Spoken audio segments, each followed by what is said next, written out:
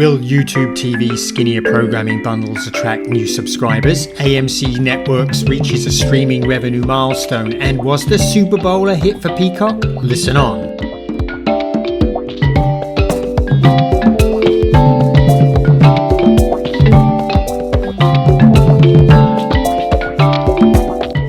Welcome to this week's edition of Inside the Stream. This is Will Richmond from Video News, and that was Colin Dixon there from Any Screen Media at the top. Colin, how is everything going for you this week? It's going good, Will. I'm hoping you're not too sad after the Patriots' loss on the weekend.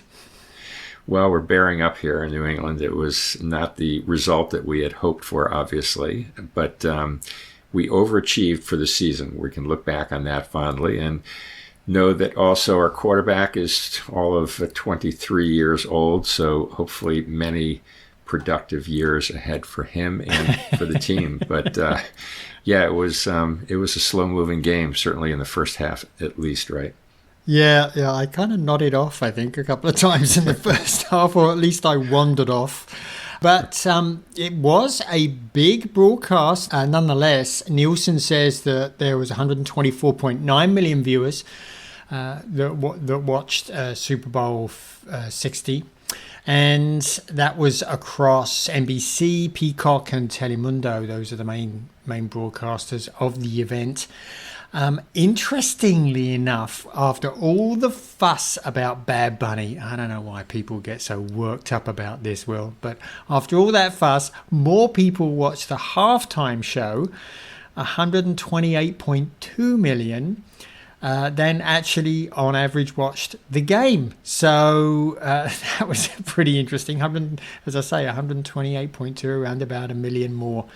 Actually, no, that's not a million more. That's more like 3 million. 3 million more. Wow, that's a pretty big difference, right? So it seems like, for the NFL at least, that paid off. They got a lot of people who came to the game who wouldn't have otherwise. So that drew in a bigger audience. So that's all to the good. Now, they didn't break out any Peacock numbers specifically. We've been promised them, but so far they haven't been released. So we don't know how Peacock did specifically. But we did have some latency numbers, at least. That is the delay of the stream behind the over-the-air broadcast in this case. And it looks like Peacock was, at least according to some data that I'm looking at from the desk.net, Peacock was about 30 seconds behind the broadcast. It wasn't my experience. I thought it was a little bit less than that when I well, I didn't really test it, but when I looked and checked against the broadcast stream, Will, it looked to be about 20 seconds to me, 25 seconds, about a down. So that's not like it was last year. Last year when Fox broadcast, there was no latency at all behind broadcast. In fact, some cases it was a little bit ahead. But one interesting thing to note for me was that turns out I was watching the broadcast feed. I was watching on my main TV was a next-gen TV feed, which just so happened to be about in time with Peacock. So this is my local NBCU affiliate broadcasting the game on this new next-gen ATSC 3 technology. And one interesting thing to note, Will, was that they had interactive features. They were actually including the ability to watch the game from the beginning, to see some highlights and some stats and some various other things. So that was kind of interesting to see that, although I will say it was pretty slow to come up when you clicked on it, and movement inside the app was pretty slow compared with what I'm used to from the web. But it was nice to see that they're actually using that. So anyway, second most watched Super Bowl in history, and Bad Bunny was a good deal, it turned out, for the NFL.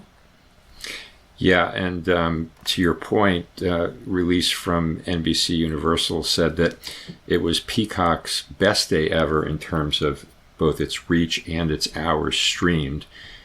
But again, we're recording here on Thursday afternoon. We don't have numbers yet from either Peacock or from Nielsen on how many people actually stream the game this year on Peacock and where that falls relative to prior Super Bowl streaming experiences.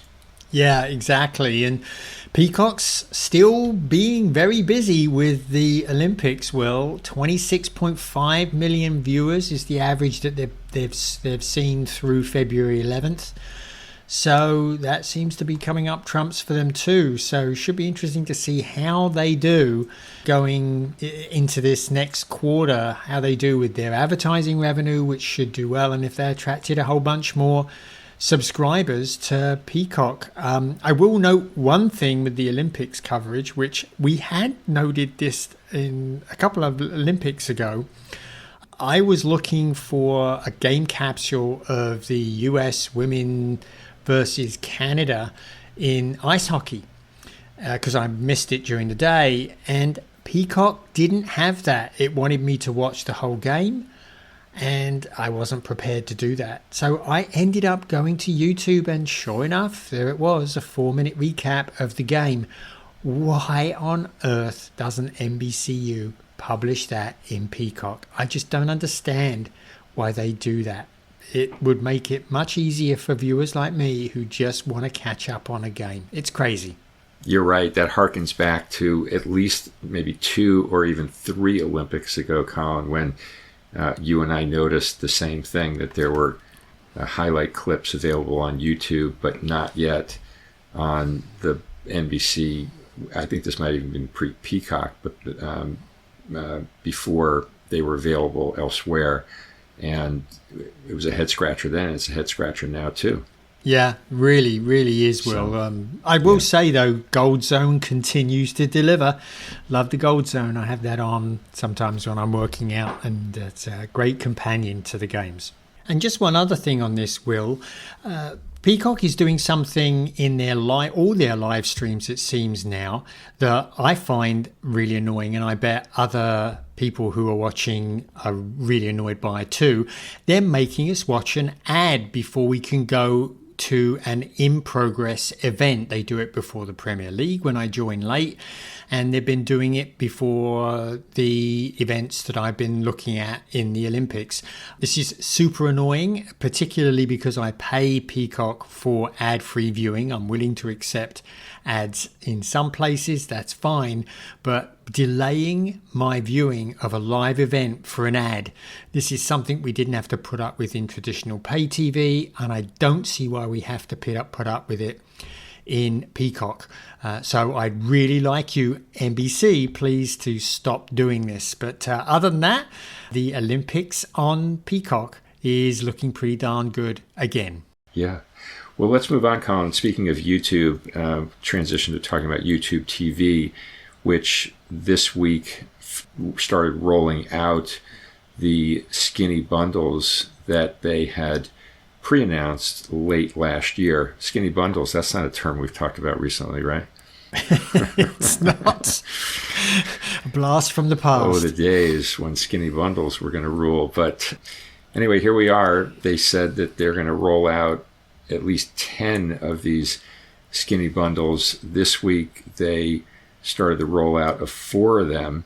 And I have to say, I like the direction here. I don't know that it's game-changing, but I do like the idea that they're offering more specialized packages at lower prices. So just to recap very quickly, a new sports plan, a new sports plus news plan, a new entertainment plan, and a new news plus entertainment plus family plan.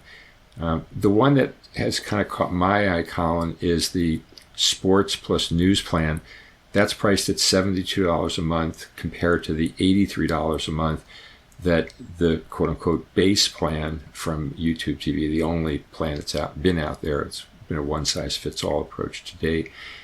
So it's 72 versus 83, so $11 less, actually $57 a month for new users also.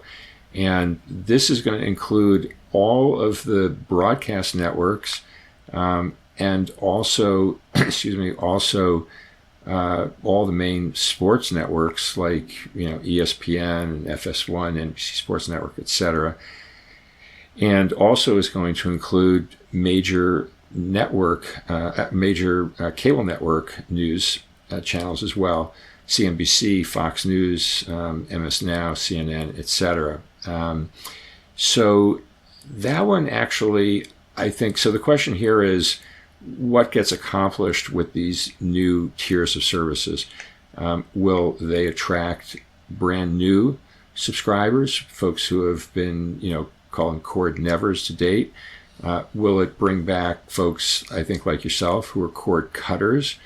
And also, what's it going to do to existing YouTube TV subscribers? Will they potentially drop down to one of these new tiers? And the one that really intrigues me, and of course, we don't know the answer to that question. I don't think, anybody can predict what the answer is yet. It's, I think, a bit of an experiment by YouTube TV to see how these different plans fly. And we certainly know when it comes to all things YouTube and Google, new features and ideas come and go depending upon how they're accepted. But the Sports Plus News plan caught my eye because it feels, and again, caveat here, the exact channel lineups have not yet been published as best I can tell.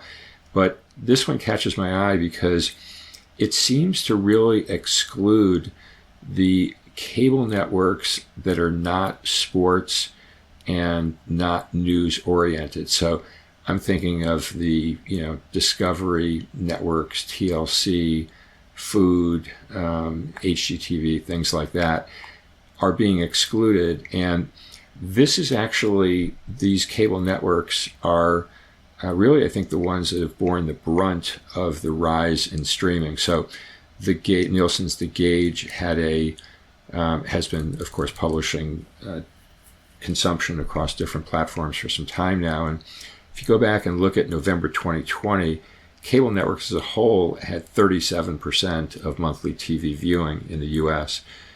Flash forward 5 years later, November 2025, they were down to 20.5%. So something like a 46% drop in cable network viewership. And it seems like what YouTube TV is doing is zeroing in on that and recognizing that when it comes to entertainment programming, a lot of people have moved on to streaming.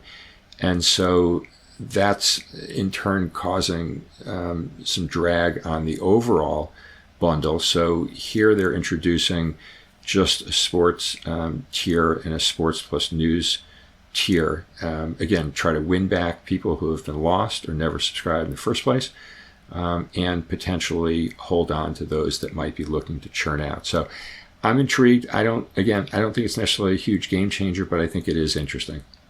Yeah, and the interesting thing there, El, is that people that subscribe to these lower cost plans still get access to all of the great features that YouTube TV provides. So they get the unlimited DVR, the ability for 6 members to use it, key plays, multi-view, etc., etc. They can also sign up for NFL Sunday Ticket, NFL Red Zone, Sports Plus, etc. Although I'm not sure why somebody who takes the entertainment plan at $55 a month would want to sign up for NFL Red Zone, etc. I'm not sure why they would want to do that. But anyway, it does give more flexibility. The savings, at least the announced plans, the biggest savings you're going to make is about $30 or $28, I think. The plan you're interested in would save you $12 a month. And I got to tell you, Will, that these are profoundly uninteresting to me. I have well and truly left this type of bundling of entertainment behind. We have existed without pay television for at least a decade. And this does absolutely nothing to bring me back into the fold. I should say I have not existed entirely without it. I do actually still have Sling TV, although I use it for one thing and one thing only, and that is to watch Premier League on USA, which really increases the cost of Premier League for me. So I really wish I didn't have to do that. So I don't think it will move the needle for me. I don't know how many people it will actually get to resubscribe or come in and subscribe to this. Well, I guess we should have to wait and see and for details from, if they give us details of the success of these plans. Yeah, and again, the specifics of these plans have not yet been really rolled out, so we don't really know exactly what's included and what's not included. Still, Colin, and I hear you loud and clear, it sounds like no can do in the Dixon household on these new plans. Yep. A lot of people out there with a lot of different viewing tendencies, and so I think just from the standpoint of creating more choice, this could be interesting. But of course, we'll wait and see. Just adjacent to this also, Colin, I thought interesting story this week in Hollywood Reporter that speaks to the pressure that's on cable networks. The two talk shows canceled, the Kelly Clarkson show and Sherry. These shows, according to the article, under pressure from the shift to consumption of video podcasts. YouTube, of course, is a big player there. And I just think that's another data point that shows the pressure that is, that's on the non-sports and non-news cable networks that YouTube TV, I think, is recognizing here. I suspect we're going to see more news of the pressure that's on these cable networks going forward as well. Yeah, I think you're absolutely right there, Will. And to sort of underline that, our last topic this week is that we're going to talk about AMC Plus a little bit and AMC. And the news there really does underline this massive shift that we have seen, because AMC now says that their primary revenue driver is streaming. They announced their fourth quarter results, and in the fourth quarter, they said that subscription streaming revenues increased 14% to 177 million. And they did say, however, that was primarily due to a price increase across the services, and that they basically maintained the same number of subscribers, 10.4 million. So that's 177 million there. But affiliate revenues declined 13% in 1 year, Will, to 138 million. So that's a pretty steep decline, and really underlines what you were quoting there from the Nielsen numbers and what we're seeing in companies' financial reports. So that's pretty interesting there, that AMC now is really primarily focused on streaming. AMC, of course, has a bundle of streaming services, AMC Plus. They have Acorn TV. I think they have Shudder and a couple of others as well. So that 10.4 million is sort of shared across those streaming services. It turns out also that one of the biggest deals that are bringing subscribers for them is this bundling that Charter and a couple of other operators are doing. They said in their press release that a little over 10% of Charter's Select TV customers had actually activated AMC Plus with their subscription, which I think is pretty darn amazing performance. So they're clearly, those bundlings are helping bringing in viewers and helping drive the growth of ad revenue in those services. And just one interesting note, apparently the price increases were so successful in those streaming services that AMC is planning to increase them again by $1, which would take AMC Plus to $10.99 a month. So, yeah, they're switching to streaming, and now streaming is feeding the pressure of price increases for AMC customers. Sounds like the cable business all over again. But agree with all of what you just said there, Colin, and also I think it really does underscore, again, AMC is one of those networks that are, again, non-news, non-sports, that are under this huge pressure from all the different streaming options are out there. So I think them emphasizing streaming is the right move for them. And we also know from the antenna data that it's these types of services that have benefited from Amazon distribution as well. And I would think that, on the one hand, they're changing from distributors, in the traditional cable world now to distributors in the streaming world, and that it illustrates Amazon's growing, I think, role in serving these types of cable networks that have launched their own streaming services. Yep.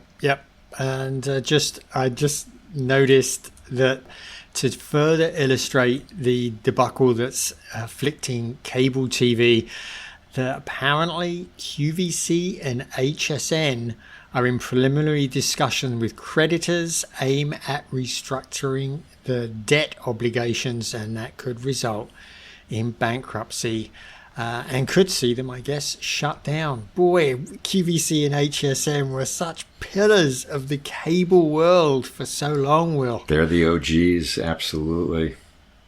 Yeah, sign of the amazing times. stuff. Yeah, speaking of Amazon, they've probably run into that buzzsaw themselves.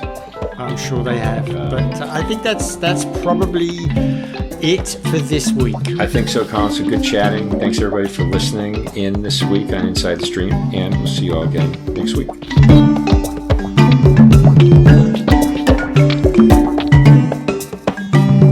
Inside the Stream is a production of In-Screen Media and Video News. All rights reserved.